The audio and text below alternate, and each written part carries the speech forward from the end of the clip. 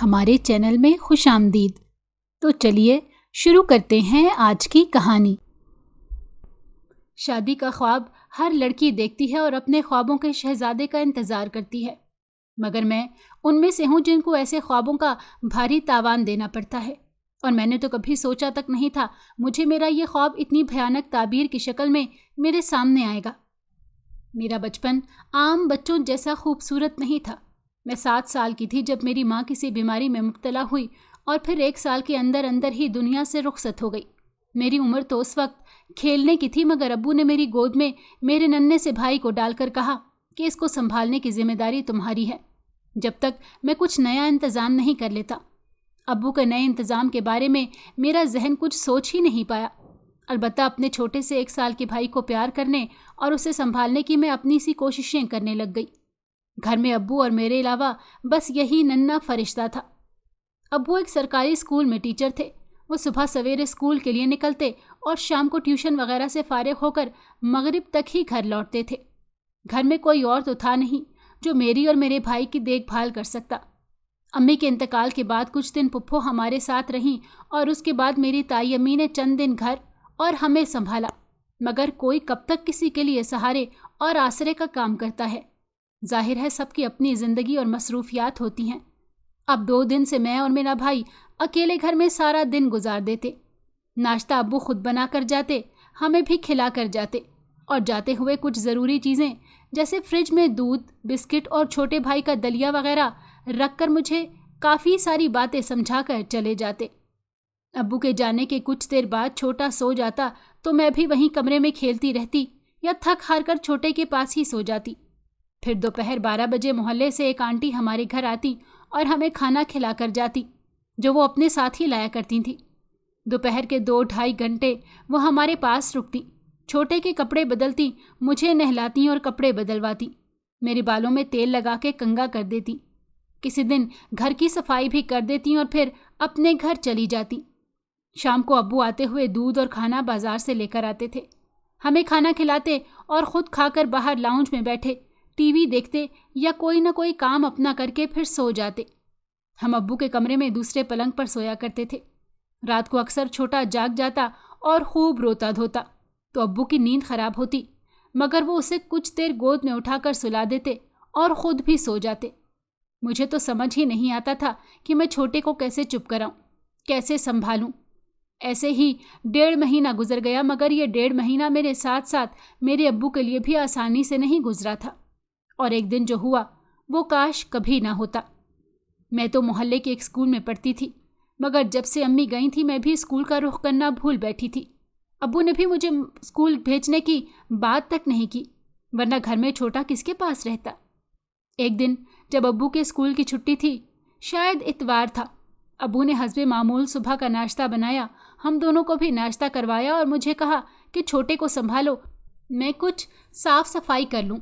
پھر ابو نے پورے گھر کی صفائی کی، نئے پردے اور چادریں بچھائیں جو ابو شاید بازار سے کچھ دن پہلے لائے تھے۔ ابو نے یہ سارا کام 2-2.5 گھنٹوں میں پورا کر لیا اور گھر بہت پیارا اور صاف ستھرا لگنے لگا۔ پھر ابو کپڑے بدل کر باہر چلے گئے اور جاتے جاتے مجھے کہہ کر گئے کہ میں کسی کو اپنے ساتھ لے کر آؤں گا۔ میں بے چینی سے ابو کا انتظار کرنے لگی۔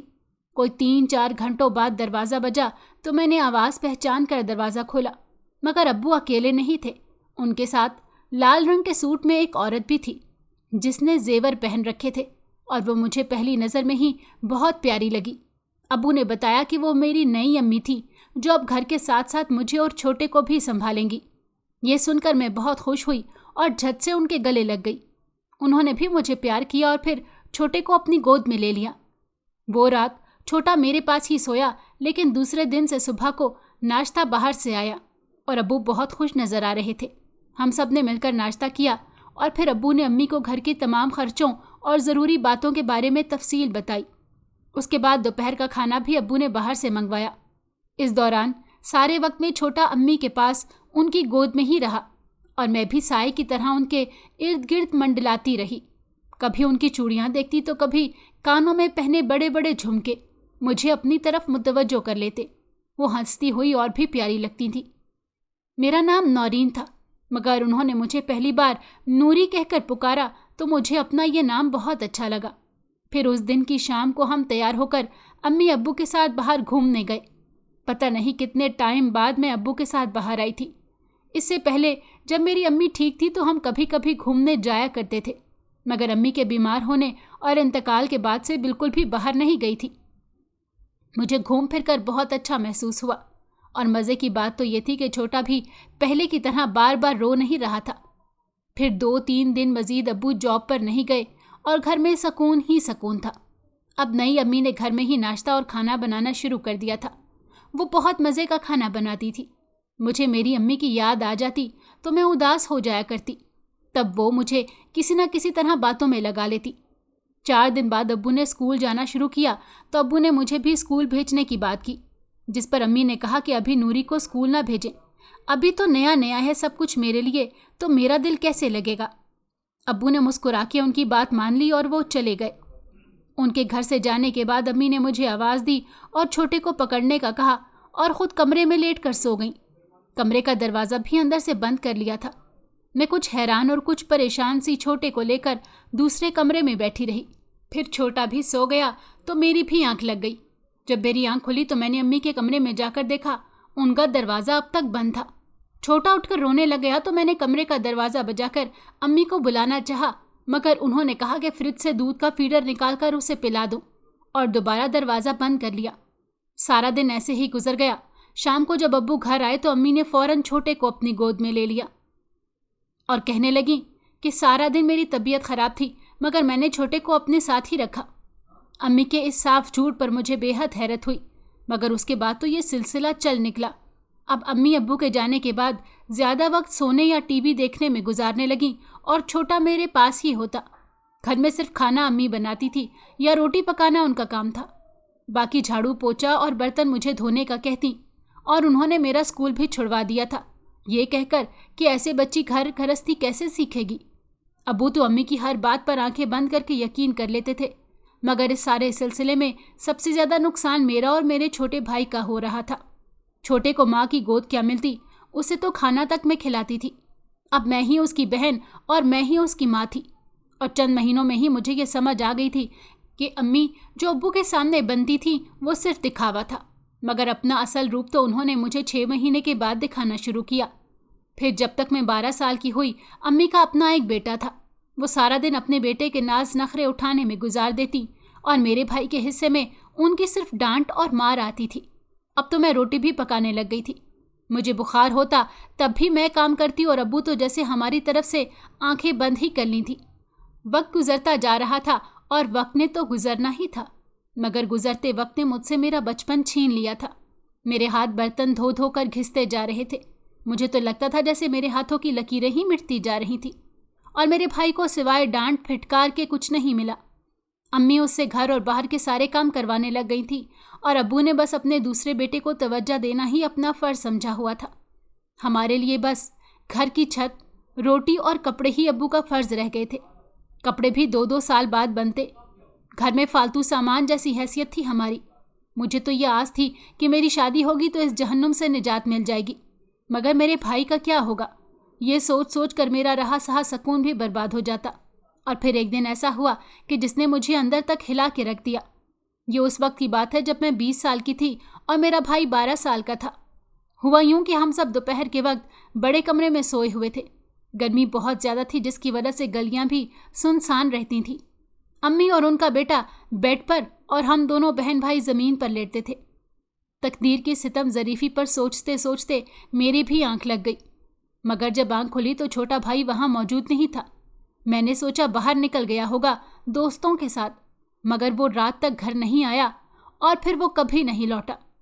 ابو نے اس کو کافی تلاش کیا، مگر پھر گالیاں دے کر سکون سے بیٹھ گئے، لیکن میں ہفتوں تک اپنے بھائی کو یاد کر کے روتی رہی اور اس کی خیریت کی دعائیں مانگتی رہی۔ اس نے نہیں آنا تھا، وہ نہیں آیا، پتہ نہیں کہاں چلا گیا تھا، لیکن مجھے اتنا یقین تھا کہ وہ جان بوجھ کر گھر چھوڑ کے گیا تھا، پر اس نے میرا خیال ہی نہیں کیا کہ میں اکیلی اس کے بغیر کیسے رہوں گی۔ پھر ہفتے مہینوں میں بدل گئے اور مجھے بھی صبر آ گیا، مگر دل کو کسی طور قرار نہیں آتا تھا۔ ادھر ابو کو اب میری شادی کی فکر ہو رہی تھی۔ کئی رشتے آتے مگر امی 100 کیڑے نکال کر انکار کر دیتی۔ जाने वो क्या चाहती थी। शायद उनको मुफ्त की नौकरानी मिली हुई थी, इसी वजह से वो हर रिश्ते को ठुकरा देती थी।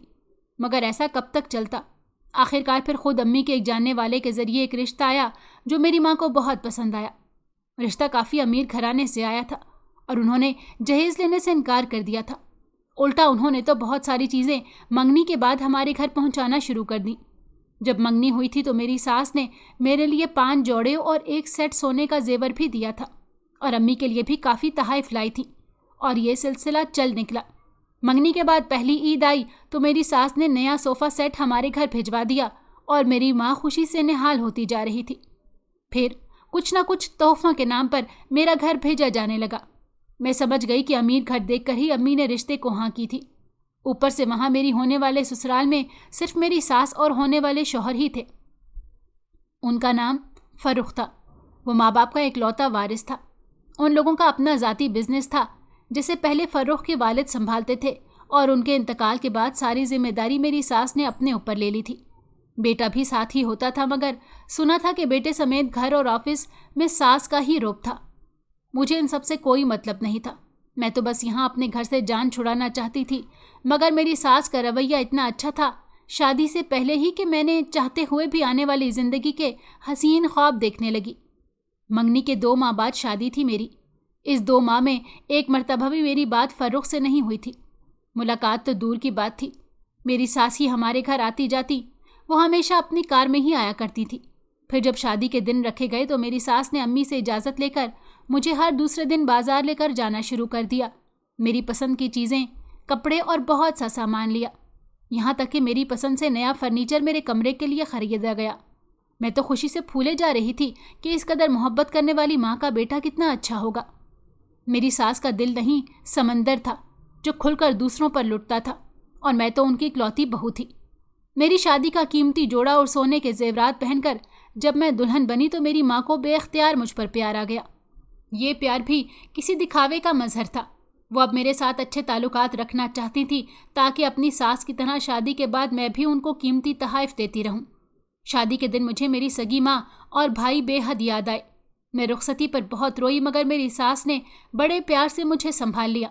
फिर कार में बैठकर दुल्हन बनी हुई मैं पहली बार अपने ससुराल पहुंची। ससुराल का घर क्या, ये तो पूरा बंगला था। घर में दाखिल होने से पहले मेरी नज़र अपने शौहर फर्रुख पर पड़ी थी। उनकी शख्सियत बेहद खूबसूरत थी। मैं दिल ही दिल में खुश हो रही थी। मुझे लगा कि जैसे सदियों की मुशक्क़त के बाद अब मुझे मेरे सब्र का सिला मिल गया था। मेरी सास भी बहुत अच्छी थी। उन्होंने मेरा शानदार इस्तकबाल किया, लेकिन मुझे एक बात बहुत अजीब लगी जब वो मुझे मेरे कमरे के बजाय अपने कमरे में ले गईं। कमरे में जाने के बाद उन्होंने मुझे सोफे पर बिठा दिया और खाने का नौकर से कहा। खाना भी आ गया, लेकिन फर्रुख कमरे में नहीं आए। मैंने सास के साथ खाना खाया तो उन्होंने मुझे कपड़े बदल कर सोने का कहा। मैं सोच में पड़ गई कि आज ही मेरी शादी हुई है और ये मुझे अपने कमरे में भेजने की बजाय यहीं सोने का क्यों कह रही हैं। मगर मैं उनसे सवाल करने की हिम्मत नहीं रखती थी। खामोशी से उठी और कपड़े बदल कर उनके बिस्तर पर बैठ गई। मेरी आंखों में सवाल था और वो समझ गई थी। उन्होंने बताया कि उनके ख़ानदान में ये रिवाज है कि शादी के बाद 3 दिन तक दूल्हा दुल्हन कमरे में इकट्ठे नहीं रहते। 3 दिन बाद वलीमा होगा। मैं चुप करके लेट गई और सोचते सोचते सो गई। सुबह आंख खोली तो मेरी सास कमरे में नहीं थी। मैं कमरे से बाहर निकली तो उनको लाउंज में बैठे पाया। उन्होंने मुझे देखते ही पास बैठने का कहा और एक मुलाजमा को नाश्ते का कह दिया। मुझे तो यकीन ही नहीं आ रहा था कि मेरा इतना बड़ा घर होगा और नौकर चाकर मेरा काम कर रहे होंगे। अभी यही सब देख और सोच रही थी कि एक मुलाजिम ने मेरे मैके से मेरी अम्मी और भाई के आने की इत्तला दी। अम्मी और मेरा सौतेला भाई मेरे लिए नाश्ता लेकर आए थे और अम्मी बड़ी वारी सदके जा रही थी। मैं सोच रही थी कि पैसा ही सब कुछ है, जिसने आज मेरी माँ का रवैया ही मेरे साथ बदल दिया था। नाश्ते के बाद कुछ देर अम्मी बैठी और मेरी सास ने उनको कीमती तोहफ़े दिए और वो घर चली गई। उसके बाद मेरी सास ने मुझे पूरा बंगला दिखाया। इस दौरान मुझे फर्रुख कहीं नज़र नहीं आए। फिर मेरी सास मुझे फर्रुख के कमरे यानी मेरे कमरे में लेकर गई। बहुत खूबसूरत कमरा था जिसमें मेरा पसंद किया हुआ फर्नीचर लगा हुआ था। ये कमरा तो किसी ख्वाब से भी ज़्यादा हसीन था। पूरे कमरे में 6 बड़ी खिड़कियाँ थीं जो बाहर लॉन में खुलती थी और दाईं तरफ एक बड़ी अलमारी बनी हुई थी। मैं कुछ देर अपनी सास के साथ रुकी और फिर वो मुझे वापस अपने कमरे में ले गई। ऐसे ही 3 दिन गुजर गए। 3 दिन बाद ज़िंदगी मामूल पर आने लगी। मेरी सास रोज़ाना ऑफिस जाने लग गई और फर्रुख को मैं बस ऑफिस से आते जाते ही देखा करती। मैं भागकर कभी उनके पीछे जाने की कोशिश करती या मुखातिब करने की कोशिश करती तो वो एक नज़र मुझ पर डालकर फटाफट वहाँ से निकल जाते। सास ने कहा था कि 3 दिन बाद वलीमा होगा और मैं भी अपने कमरे में रहूँगी, मगर ऐसा कुछ नहीं हुआ।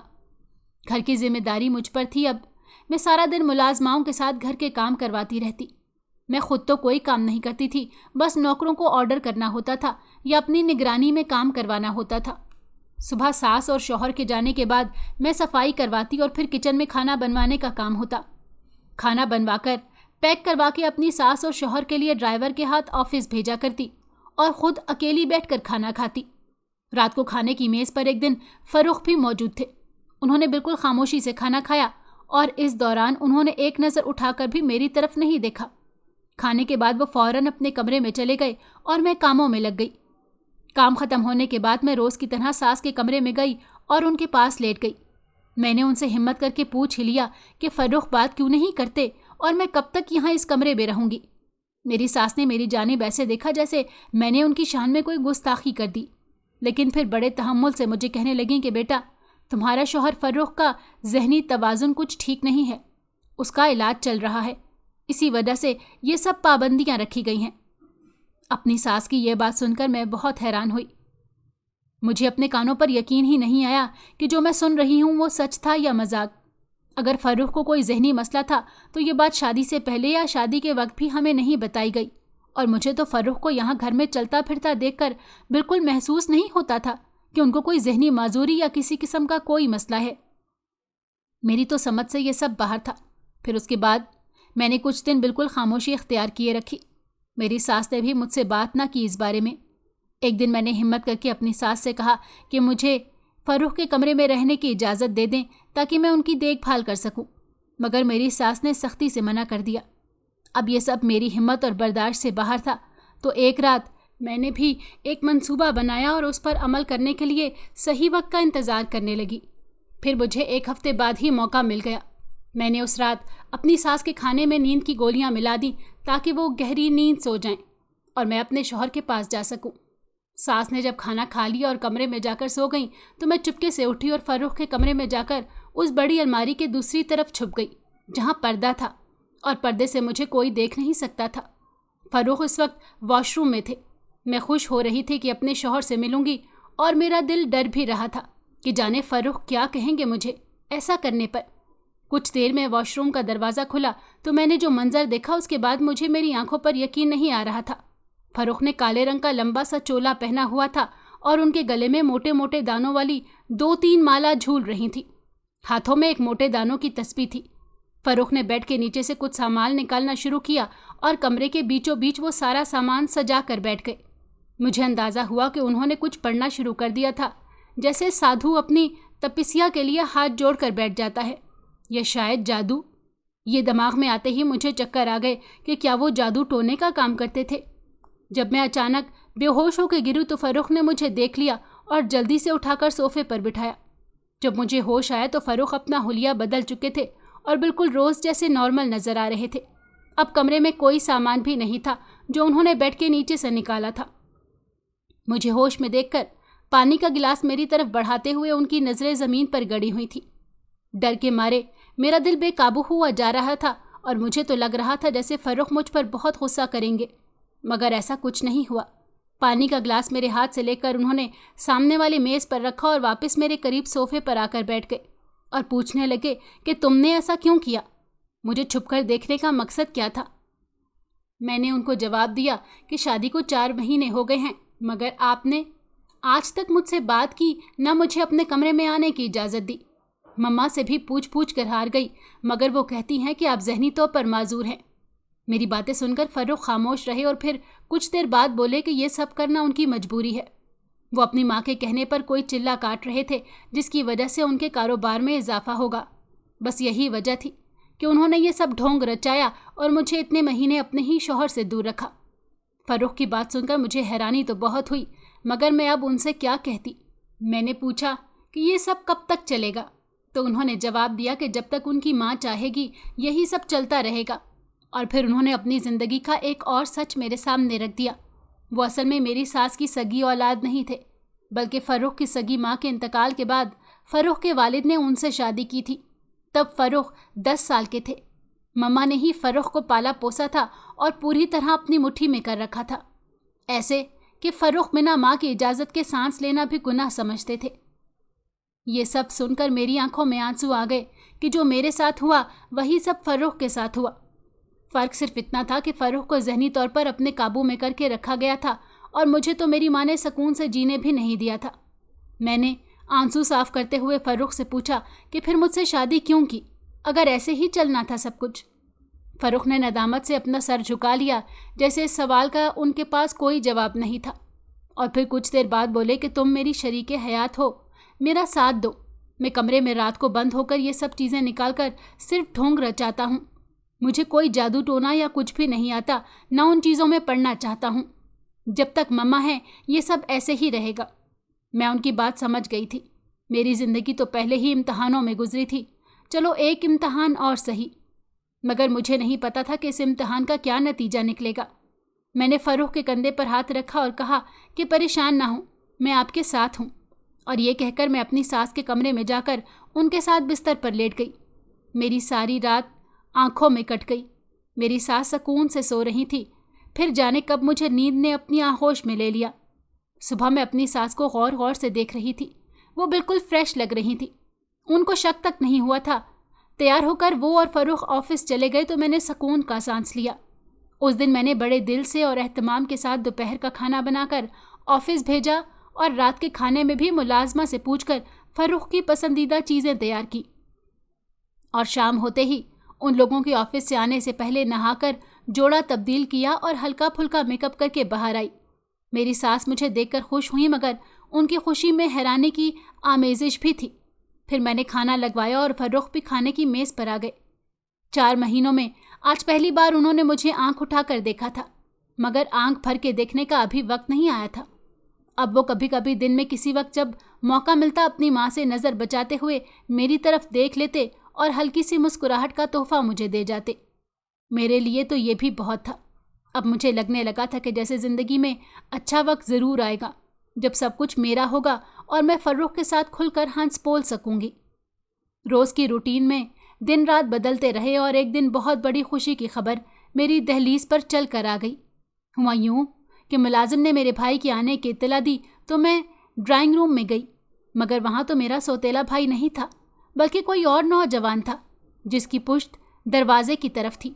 मेरे जाने पर उसने अपना रुख मेरी जानिब फेरा और मैंने उसे पहचानने में 1 सेकंड नहीं लगाया।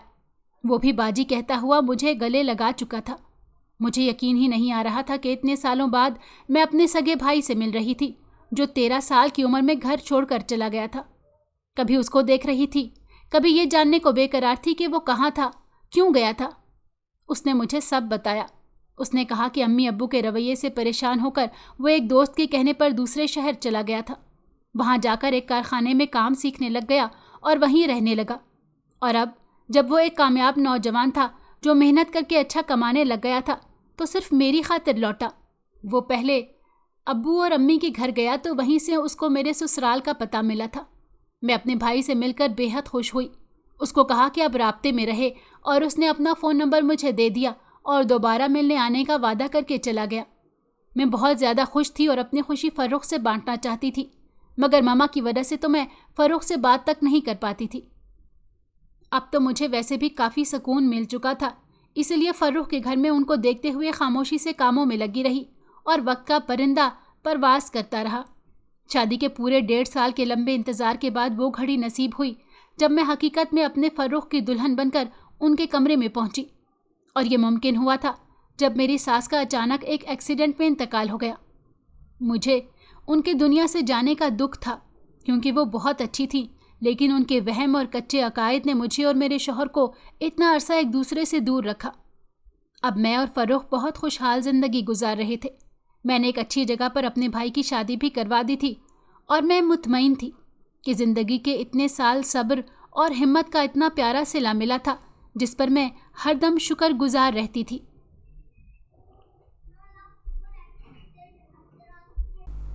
अगर आपको हमारी कहानी पसंद आई हो तो हमारे चैनल को लाइक करें اور سبسکرائب کر دیں۔ بیل نوٹیفیکیشن کو بھی آن کر دیں تاکہ ہماری آنے والی ہر مزیدار کہانی آپ کو وقت پر ملتی رہے۔